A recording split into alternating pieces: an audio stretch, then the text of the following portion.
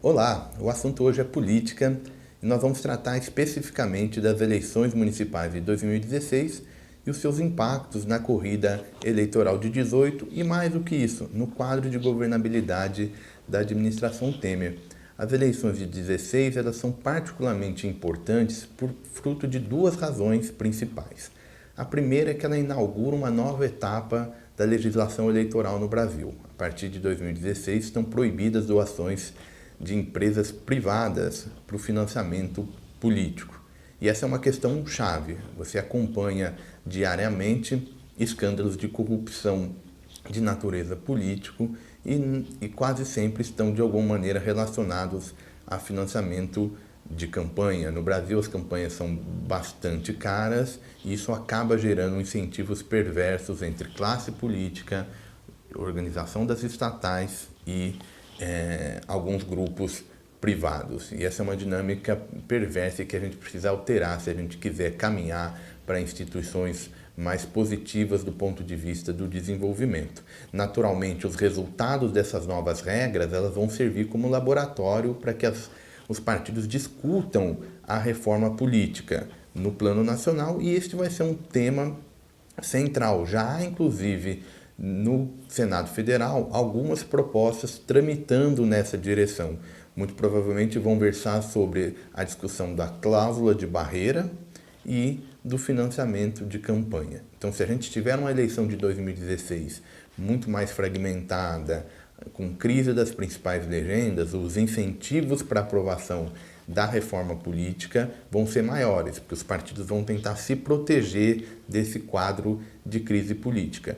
Por outro lado, sob o prisma do financiamento de campanha, a gente tem duas opções.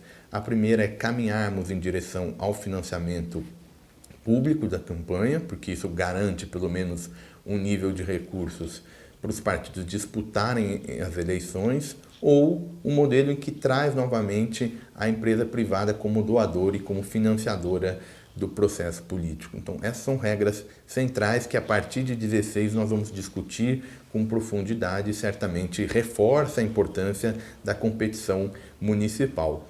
A segunda razão de importância das eleições de 2016 para o cenário tem a ver com o ineditismo e com o time da sua realização. São as primeiras eleições depois do estouro dos escândalos envolvendo Petrobras e as demais estatais a partir da ação do Ministério Público, da Polícia Federal e dos demais órgãos de controle do Estado brasileiro. Então os partidos vão testar e vão pela primeira vez ter alguma informação mais sólida de qual o tamanho e a magnitude da crise eleitoral, justamente decorrente dessa crise de imagem. Então, de alguma maneira, 2016 diminui a incerteza das legendas, então elas têm um pouco mais de informação para definir o seu caminho político e já prepara o terreno pensando em sonhos mais altos, pensando nas eleições estaduais, especialmente na eleição presidencial. Do ponto de vista do PT, as eleições municipais vão mostrar provavelmente um partido perdendo centralidade no processo político. A legenda deixou de ser o papel, de ter o seu papel central, né, de organizar a competição política. De alguma maneira o PT está voltando ao passado antes das eleições de 2002, quando o PT ainda tentava ter um protagonismo na chamada centro-esquerda. Então, disputava eleições, mas em geral disputavam eleições sem coligações, o que era difícil de gerar vitórias significativas. A partir de 2002, com Lula nas eleições nacionais, isso mudou um pouco o quadro, mas me parece que um dos efeitos dessa crise é fazer o PT retornar a esse passado, um passado marcado por dificuldades eleitorais, especialmente ainda sob forte desgaste de imagem dado a agenda negativa.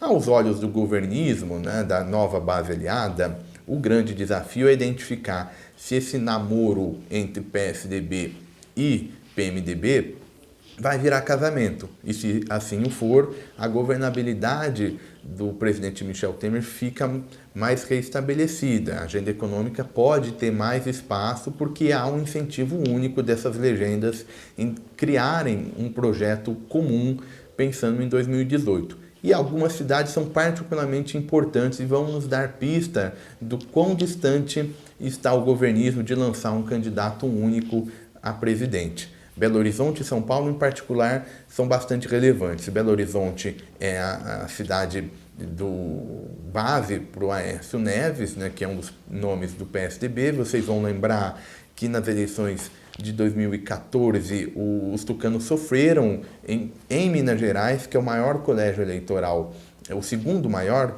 colégio eleitoral do país, justamente porque o Aécio não tinha um desempenho significativo lá. Então, recomeçar a construir um projeto nacional passa pela eleição para a capital. Então, um sucesso com a candidatura do João Leite vai ajudar o mineiro. Aqui em São Paulo, por outro lado, as chances do Alckmin eventualmente disputar um pleito nacional passam muito pela vitória do Dória. Faz parte da estratégia do tucano fazer a eleição aqui na capital para se colocar como uma fonte de poder relevante. Isso significa que vão ter dificuldades. Se Aécio, Alckmin, eventualmente o próprio ministro das Relações Exteriores, José Serra, tentarem disputar esse casamento que a governabilidade precisa, uma candidatura única, vai ficar mais difícil e aí o Temer vai ter a sua vida atrapalhada. Política e economia estão andando de lado a lado, né? Não é por um acaso que a Tendências faz análise conjunta desses dois fenômenos. Hoje a gente tratou das eleições municipais, mas certamente terão outros capítulos. Eu agradeço a atenção e até lá.